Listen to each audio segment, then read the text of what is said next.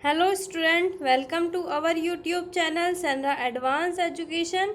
आज हम पढ़ने जा रहे हैं क्लास 8 की हिंदी ग्रामर का लेसन 1, जिसका नाम है भाषा, लिपि और व्याकरण। आज इस लेसन में हम भाषा, लिपि और व्याकरण के बारे में पढ़ेंगे। भाषा क्या होती है? भाषा एक साधन है जिसके द्वारा हम अपने मन के भाव, विचारों को दूसरों तक पहुंचाते हैं और दूसरों के मन के भाव और विचारों को समझते हैं।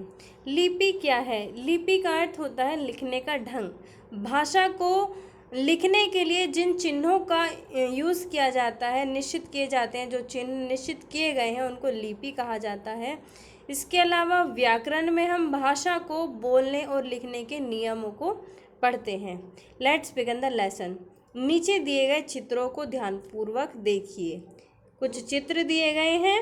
U turn, no truck parking, और ये दो रास्ते, मतलब दो रास्तों का साइन दिया हुआ है। उपयुक्त चित्रों को आपने सड़कों के किनारे अथवा किसी सार्वजनिक स्थान पर अवश्य ही देखे होंगे। ये जो चित्र हैं हमने कहीं ना कहीं देखे होंगे, सड़क के किनारे या किसी और जगह पर देखे होंगे। ये संकेत की भाषा में हमें कुछ समझा रहे हैं, मतलब इनसे ये हमें कुछ बता रहे हैं कि इस तरीके से हमें क्या करना है। देखिए क्या बता रहे हैं हमें। इन्हें हम समझ सकते हैं कि यू टर्न नहीं लेना है, मतलब इसका जो मतलब है वो है यू टर्न नहीं लेना है। दूसरे का ट्रक पार्किंग नहीं करनी है, ट्रक को पार्क नहीं करना है। और दो तरफ का रास्ता है, मतलब ये जो चिन्ह है ये हमें बता रहा है कि दो तरफ का रास्ता है। लेकिन इन संकेतों से सारी बातें और भाव व्यक्त नहीं हो सकते हैं, मतलब कुछ समझ में आता है और कुछ ही समझ में नहीं आता है। सारी बातों को हम इनसे क्लियरली नहीं समझ सकते हैं। अतः सारे भावों और विचारों की पूरी तरह अभिव्यक्ति के लिए हमें भाषा की आवश्यकता होती है। अगर हम पूरी तरीके से इनको समझना चाहते हैं, कोई किसी भी चीज़ को समझना चाहते हैं तो हमें, या फिर बताना चाहते हैं तो हमें उसके लिए भाषा की ज़रूरत होती है। बिना भाषा के हम उसको प्रकट नहीं कर सकते हैं, अभिव्यक्त नहीं कर सकते हैं। यह वरदान केवल मनुष्य को ही प्राप्त है कि वह भाषा का प्रयोग कर सकता है। केवल एक संसार में केवल एक अकेला प्राणी मनुष्य है जो भाषा का प्रयोग कर सकता है, बाकी कोई अन्य प्राणी भाषा का प्रयोग नहीं कर सकता। संसार के अन्य सभी जीवों को एक ही ध्वनि का उच्चारण आता है, मतलब बाकी जो जीव हैं वो एक ही ध्वनि बोलते हैं, जैसे चूहे को चूं चूं, कुत्ते को भों भों आदि। इसी तरीके के और भी बहुत सारे जीव हैं। कहने का मतलब ये है कि जो बाकी जीव हैं वो एक ही ध्वनि में बोलते हैं, चाहे उन्हें, मतलब कुछ भी चाहिए उन्हें, उसके लिए उनके लिए केवल एक ही ध्वनि निश्चित है, कोई दूसरी ध्वनि का यूज वो नहीं करते हैं। मनुष्य ने अपने अनेक ध्वनि संकेतों से भाषा को विकसित कर लिया है, लेकिन मनुष्य ने बहुत सारे ध्वनि संकेतों का यूज करके, उनको विकसित करके भाषा को और भी विकसित कर लिया है। भाषा अपने भावों और विचारों को व्यक्त करने का एकमात्र साधन है भाषा, मतलब भाषा के द्वारा ही अपने मन के भावों और विचारों को व्यक्त कर सकते हैं। मानव समाज में रहता है और अपने भावों और विचारों को एक दूसरे के साथ बांटता रहता है। इसी कारण से मनुष्य ने अपनी प्रगति की है, इतनी प्रगति की है। यदि भाषा ना होती तो ज्ञान का प्रचार प्रसार भी नहीं हो सकता था। भाषा वह साधन है जिसके द्वारा मनुष्य अपने मन के भावों और विचारों को बोलकर और लिखकर प्रकट करता है। मतलब ये है कि जो मनुष्य है वो एक समाज में रहता है, एक सामाजिक प्राणी है, और समाज में रहने के लिए विचारों का आदान प्रदान जरूरी है। और ये जो आदान प्रदान है विचारों का, यह भाषा के द्वारा ही हो सकता है, किसी दूसरे साधन के द्वारा नहीं हो सकता है। यदि भाषा नहीं होती, मतलब अगर भाषा नहीं होती तो जो ज्ञान है या फिर विचार है उनका आदान प्रदान नहीं हो सकता था। भाषा वह साधन है जिसके द्वारा मनुष्य अपने मन के भाव और विचारों को लिखकर या फिर बोलकर प्रकट करता है, मतलब या तो वो लिखेगा, लिख करके अपनी बात को बताएगा, या फिर वो बोल करके अपनी बात को बताएगा। भाषा वह साधन है जिसके द्वारा मनुष्य अपने मन के भावों और विचारों को बोलकर या लिखकर व्यक्त करता है, भाषा कहलाती है। ये डेफिनेशन दी है लैंग्वेज की। भाषा के प्रकार। भाषा के दो प्रकार होते हैं, उच्चरित या मौखिक भाषा। उच्चरित मतलब जो मुंह से उच्चारण करके बोली जाए, मौखिक जो बोलते हैं हम, मतलब जो हमारी ध्वनि मुंह से निकलती है उसको मौखिक या फिर उच्चरित भाषा बोलते हैं। लिखित भाषा जो हम लिखकर प्रकट करते हैं। भाषा, मौखिक भाषा और लिखित भाषा, दो काइंड यहाँ पर दिखाए हैं। नंबर 1, उच्चरित या मौखिक भाषा, ओरल लैंग्वेज। उच्चरित या मौखिक भाषा बोलचाल का रूप है, मतलब इसमें बोलचाल होती है, वार्तालाप होती है। उच्चरित भाषा की आधारभूत इकाई मुख से निकलने वाली सार्थक ध्वनि है। जो मुंह से निकलती है सार्थक ध्वनि, जिनका कोई अर्थ निकले, वह ध्वनि, उसको हम उच्चरित भाषा या फिर मौखिक भाषा कह सकते हैं। प्रत्येक भाषा में अनेक ध्वनियाँ होती हैं। इन ध्वनियों के परस्पर योग विभिन्न शब्दों को जन्म देते हैं। ये शब्द वाक्यों में प्रयोग किए जाते हैं। मानव ने सर्वप्रथम भाषा का मौखिक रूप ही प्रयोग करना सीखा था, अतः उपयुक्त शब्दों में कह सकते हैं कि भाषा वह रूप जिसमें वक्ता अपनी बात बोलकर समझाता है और श्रोता सुनकर समझता है, मौखिक भाषा कहलाती है। मतलब जो बोलने वाला है, वक्ता है, वह बोल करके अपनी बात को समझाता है, और जो श्रोता है, सुनने वाला है, वह सुनकर के उसकी बात को समझते हैं।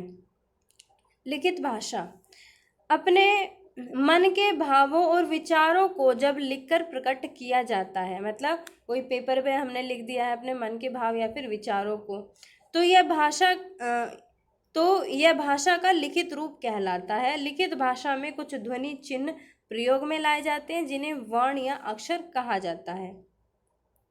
जब हम कुछ लिखते हैं तो उसके लिए हम ध्वनि चिन्हों का जो भी लिखते हैं, जैसे है में हमें लिखना है, हम लिखना है, तो उसके लिए हमें ध्वनि चिन्ह है और मैं की जरूरत पड़ेगी। इनको हम ध्वनि चिन्ह बोलते हैं। अतः उपयुक्त शब्दों में कह सकते हैं कि भाषा के जिस रूप में एक व्यक्ति लिखकर अपने विचारों को प्रकट करता है तथा दूसरा व्यक्ति पढ़कर उसके विचारों को समझता है, लिखित भाषा कहलाती है। कहने का मतलब ये है कि जो लिखकर विचार प्रकट किए जाते हैं, दूसरा व्यक्ति उसको पढ़ करके समझता है, वह लिखित भाषा कहलाती है। नोट: सांकेतिक भाषा को व्याकरण में स्थान नहीं मिला है। भाषा के रूप, फॉर्म्स ऑफ लैंग्वेज। भाषा निम्न रूपों में पाई जाती है। मातृभाषा, बालक अपने परिवार अथवा माता पिता से जो भाषा सीखता है उसे मातृभाषा कहते हैं। मतलब घर के परिवेश में वो जो भी सीखता है घर पर रह करके, उसको मातृभाषा कहा जाता है। किसी हिंदी भाषी परिवार में जन्म लेने वाला बालक प्रारंभ से ही हिंदी भाषा के परिवेश में रहकर हिंदी सीख लेता है, उसकी यही मातृभाषा होगी। मतलब अगर हिंदी भाषी परिवार मतलब जहाँ पर हिंदी बोली जाती है, उस परिवार में अगर बच्चे ने किसी ने जन्म लिया है तो वह वहाँ के परिवेश में रह करके हिंदी भाषा को ही सीखेगा और वही उसकी मातृभाषा भी होगी। प्रादेशिक भाषा, किसी प्रदेश में बोली जाने वाली भाषा प्रादेशिक भाषा कहलाती है। जैसे गुजरात में गुजराती बोली जाती है, अतः गुजराती गुजरात की प्रादेशिक भाषा है। इसी प्रकार उत्तर प्रदेश, बिहार, राजस्थान, मध्य प्रदेश, हिमाचल और तथा उत्तराखंड में हिंदी बोली जाती है। पंजाब में पंजाबी बोली जाती है, तो ये वहाँ की फिर प्रादेशिक भाषा कहलाएगी। पंजाबी पंजाब की, और जिस क्षेत्र में जो भाषा बोली जाती है, जिस प्रदेश में जो भाषा बोली जाती है, वह वहाँ की प्रादेशिक भाषा कहलाती है। राष्ट्रभाषा, जब कोई भाषा किसी राष्ट्र के अधिकांश भूभाग पर बोली जाती है, मतलब किसी राष्ट्र के, किसी देश के बहुत सारे क्षेत्रों में वह भाषा बोली जाती है, तो वह राष्ट्रभाषा बन जाती है। जैसे हिंदी भारत की राष्ट्रभाषा है, क्योंकि हिंदी भारत के अधिकांश भागों में बोली जाती है। नोट: हिंदी की खड़ी बोली को राष्ट्रभाषा का स्थान दिया गया है। अंतर्राष्ट्रीय भाषा, जब कोई भाषा विश्व के अनेक राष्ट्रों द्वारा व्यवहार में लाई जाती है तो वह अंतर्राष्ट्रीय भाषा का स्थान प्राप्त कर लेती है। जैसे अंग्रेजी को अंतर्राष्ट्रीय भाषा का स्थान प्राप्त है। जब कोई भाषा विश्व के बहुत सारे देशों में बोली जाती है तो वो अंतर्राष्ट्रीय भाषा बन जाती है। जैसे इंग्लिश है वो ज़्यादातर देशों में बोली जाती है और सब जो ज़्यादातर देश हैं वो उसको समझ भी लेते हैं। तो जो अंग्रेजी है, इंग्लिश है, वो अंतर्राष्ट्रीय भाषा है। राजभाषा, जिस भाषा का प्रयोग देश के कार्यालयों के कामकाज के लिए किया जाता है वह भाषा राजभाषा कहलाती है। मतलब ऑफिस में जो लैंग्वेज यूज़ की जाती है, भाषा यूज़ की जाती है, उसको राजभाषा का दर्जा प्राप्त हो जाता है। नोट, 14 सितंबर 1949 को संविधान के अनुच्छेद 343 के अनुसार हिंदी को भारत की राजभाषा घोषित किया गया, लेकिन प्रतिवर्ष इस दिन को हिंदी दिवस के रूप में मनाया जाता है। हिंदी को संविधान के द्वारा स्वीकार कर लिया गया था, राजभाषा घोषित कर दिया गया था, इसीलिए इस दिन को हिंदी दिवस के रूप में मनाते हैं 14 सितंबर को। संपर्क भाषा, वह भाषा जिसका प्रयोग देश के निवासी परस्पर संपर्क करने के लिए करते हैं, संपर्क भाषा कहलाती है। हिंदी देश में संपर्क भाषा का कार्य करती है। मतलब हमारे देश में जो हिंदी है वो देश में संपर्क भाषा का काम करती है। भारत की मान्यता प्राप्त भाषाएं, संविधान की 8वीं अनुसूची में 22 भाषाओं को मान्यता दी गई है।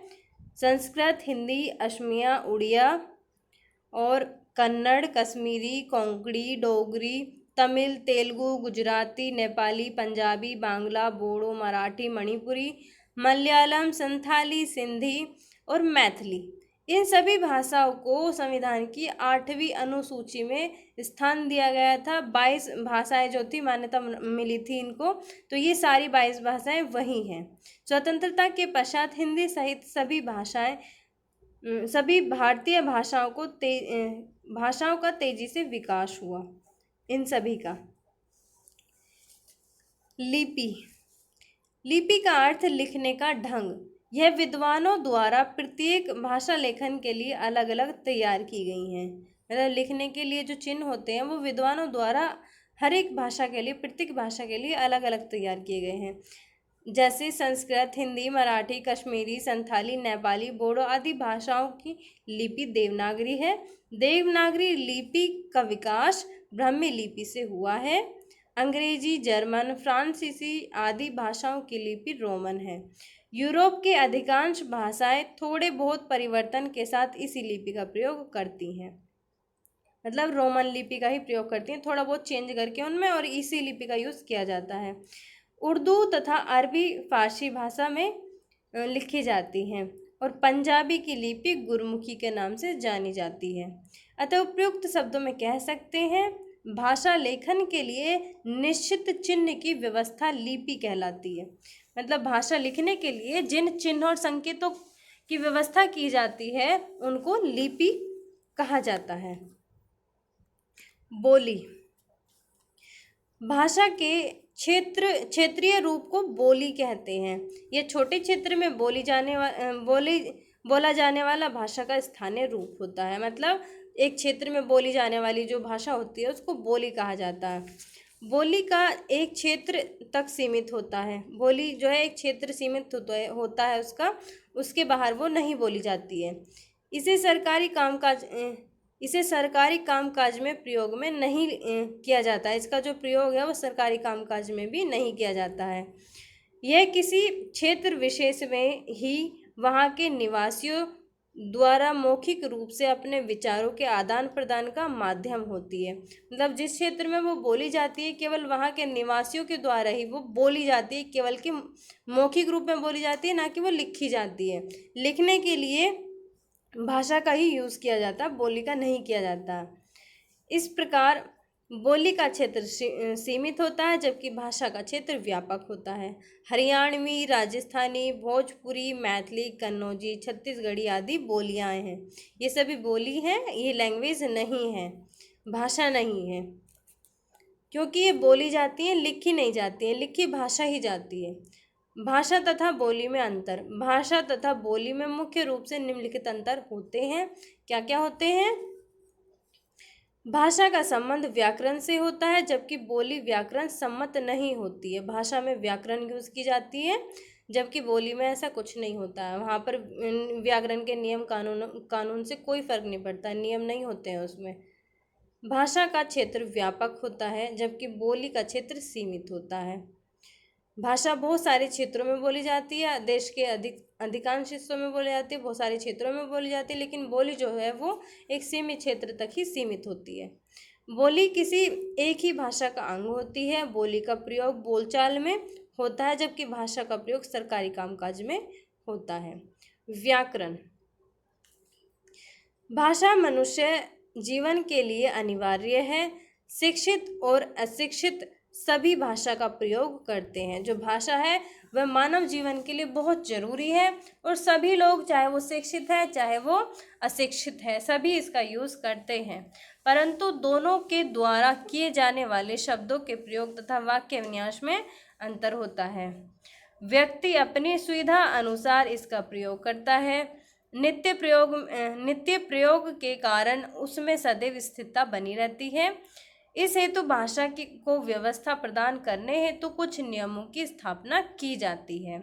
उन नियमों के आधार पर भाषा प्रयोग में स्थिरता लाई जाती है। मतलब जो नियम बनाए जाते हैं उनके आधार पर भाषा में स्थिरता लाई जाती है। भाषा की ध्वनियाँ, शब्द, पद, वाक्य रचना आदि के नियम पृथक पृथक होते हैं। मतलब जो ध्वनि है, शब्द है या फिर वाक्य रचना है, इन सब के नियम जो होते हैं वो अलग अलग होते हैं सभी के। किसी भाषा के सभी नियमों को एकत्र करना, उन्हें पाठकों को समझाना तथा भाषा का मानक रूप स्थापित करना व्याकरण का कार्य है। किसी भाषा के सभी नियमों को इकट्ठा करना, एकत्र करना मतलब इकट्ठा करना, संचित करना, और फिर उन्हें पाठकों को समझाना, जो पढ़ने वाले हैं, संचित करके उनको, जो पढ़ने वाले हैं उनको समझाना, और उसके बाद भाषा का मानक रूप स्थापित करना ही जो व्याकरण है उसका काम है। अतः उपयुक्त शब्दों में हम कह सकते हैं कि किसी भाषा को शुद्ध रूपेण प्रयोग करने की विधि बताने वाले नियमावली को उसका व्याकरण कहते हैं। ये है व्याकरण की डेफिनेशन। व्याकरण के विभाग। जो व्याकरण है उसके कुछ सेक्शंस हैं, कुछ विभाग हैं, क्या है वो पढ़ते हैं। व्याकरण व्यवहारिक दृष्टि से भाषा की लघुतम इकाई वाक्य है। लघुतम मतलब लघुतम इकाई, यूनिट। जो बड़ी इकाई है वो वाक्य होती है, और सबसे छोटी जो होती है यूनिट वो होती है अक्षर या फिर वर्ण। वाक्य शब्दों से और शब्द वर्णों से बनते हैं। वाक्य तो शब्दों से बनते हैं और शब्द वर्णों से बनते हैं। व्याकरण वर्ण शब्द और वाक्य विषयों के विस्तृत ज्ञान का ग्रंथ है। इस आधार पर व्याकरण के 3 भेद होते हैं।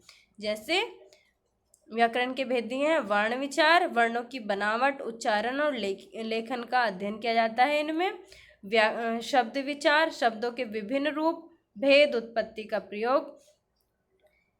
इसके अलावा वाक्य विचार, वाक्य रचना, प्रकार, प्रयोग और विराम चिन्ह आदि इसके अंतर्गत पढ़ाए जाते हैं।